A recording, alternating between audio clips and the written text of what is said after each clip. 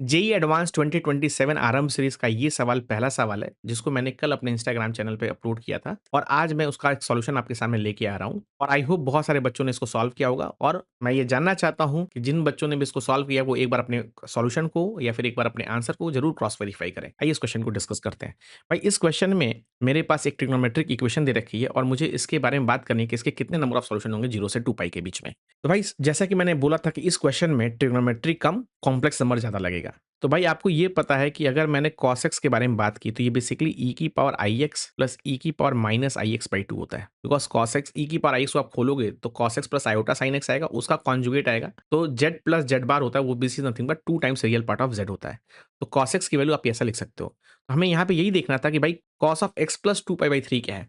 तो अगर मैं ध्यान से देखूँ कि cos of x plus two pi by three क्या है, तो बेसिकली ये क्या है तुम्हारा, ये real part of omega into e की पावर आई एक्स है। बिकॉज ई की पावर आई एक्स के अंदर आप ओमेगा मल्टीप्लाई करोगे तो ओमेगा का जो आर्गुमेंट होता है वो टू पाई बाई थ्री होता है। तो ये जो अंदर वाली क्वांटिटी होगी वो तुम्हारी बनेगी ई की power iota times x plus two pi by three, उसी का रियल पार्ट है ये। तो इसका मतलब अगर मैं cos x plus two pi by three को लिखने की कोशिश करूंगा तो बेसिकली इसका रियल पार्ट आएगा। रियल पार्ट का मतलब क्या होता है, दैट नंबर प्लस इसका कॉन्जुगेट। इसका कॉन्जुगेट क्या हो जाएगा, ओमेगा स्क्वायर इंटू ई की power minus x by two. Exactly same तरीके से अगर मैं cos of x plus four pi by three के बारे में बात करूंगा तो बेसिकली रियल पार्ट ऑफ वो ओमेगा स्क्वायर इंटू ई की पावर आई एक्स ये है। और इसको मैं क्या लिख सकता हूँ, दैट कॉम्प्लेक्स नंबर इंटू इसका प्लस इसका कॉन्जुगेट। ओमेगा स्क्वायर का कॉन्जुगेट तो ओमेगा होगा, ई की पावर एक्स का कॉन्जुगेट ई की power minus i x by two होगा। बस हमें यही काम करना है।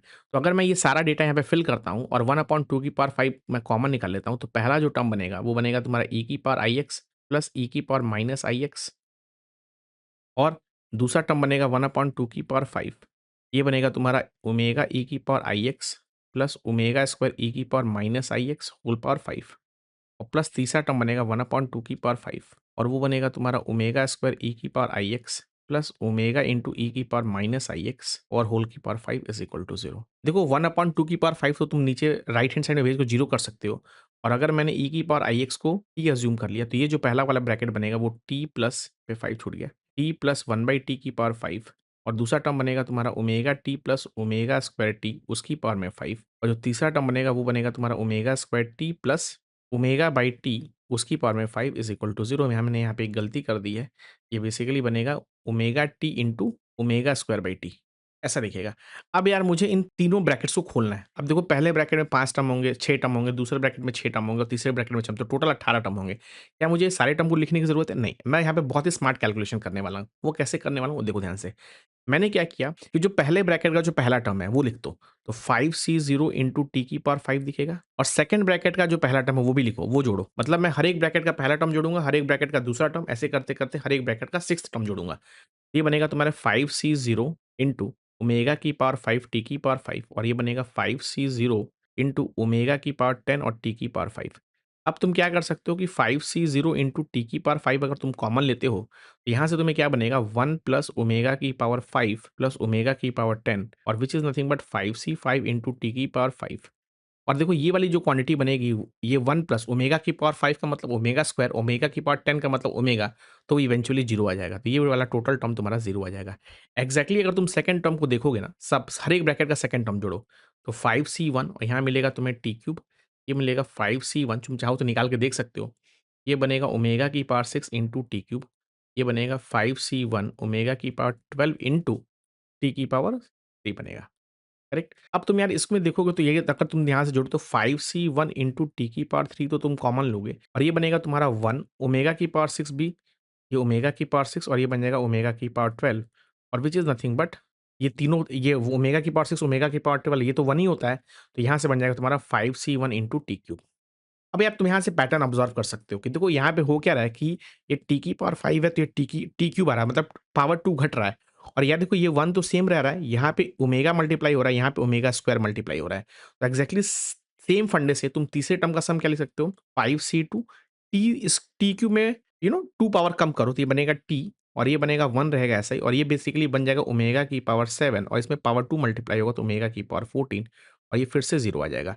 एग्जैक्टली जो चौथे टर्म का सम होगा वो 5c3, और इसमें 2 पावर कम करोगे तो 1/t आएगा और ये बनेगा तुम्हारा 1 और इसमें तुम ओमेगा मल्टीप्लाई करोगे तो ओमेगा की पावर 8 आएगा और यहाँ पे ओमेगा की पावर 16 आ जाएगा, ये भी तुम्हारा 0 हो जाएगा और एग्ज़ैक्टली ये बनेगा तुम्हारा 5c4 1/t³ ये 1 ये बन जाएगा ओमेगा की पावर 9 और ये बनेगा ओमेगा की power 18 which is nothing but 3 times 5c4 into 1/t³।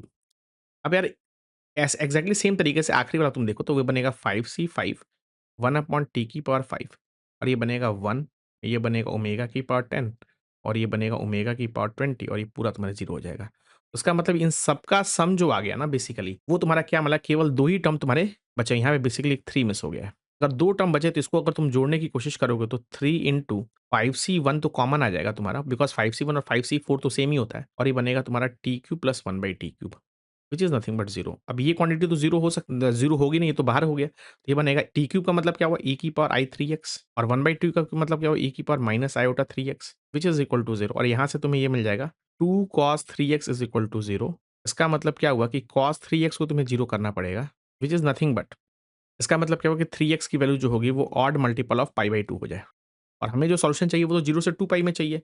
यहाँ से x की जो वैल्यू आ रही है वो 2n+1 पाई/6 आ रही है और यहाँ से तुम अगर देखोगे 0 से 2 पाई में सॉल्यूशन तो n की जगह तुम 0 रखोगे तो पाई/6 मिलेगा तुम्हें, 3 पाई/6 मिलेगा, 5 पाई/6 मिलेगा, 7 पाई/6 मिलेगा, 9 पाई/6 मिलेगा और 11 पाई/6 मिलेगा। यहाँ पे टोटल तुम्हें 6 सॉल्यूशन मिलेंगे। तो इस क्वेश्चन का जो करेक्ट आंसर था, वो बेसिकली 6 सॉल्यूशन था। तो आई होप जितने बच्चों ने भी आरएम सीरीज़ में ये इस क्वेश्चन को ट्राई किया था, उनका नंबर ऑफ सॉल्यूशन 6 आया होगा। तो अगर आपका सॉल्यूशन 6 आया है तो बहुत अच्छी बात है। अगर आपका सॉल्यूशन 6 नहीं आया है, तो आप अपने एक बार सॉल्यूशन को वेरीफाई करिए और मेक श्योर करिए कि आपके जो सोचने का तरीका है और मेरे सोचने का तरीका है, वो क्या अलाइन हो रहा है और अगर नहीं हो रहा है, तो आप आरएम सीरीज़ में और भी जो जितने भी क्वेश्चन जो नए आने वाले हैं आगे में, आप उसको सॉल्व करिए और इस सीरीज़ का फ़ायदा उठाइए और चैनल को लाइक करिए, शेयर करिए और सब्सक्राइब करिए। Thank you and bye.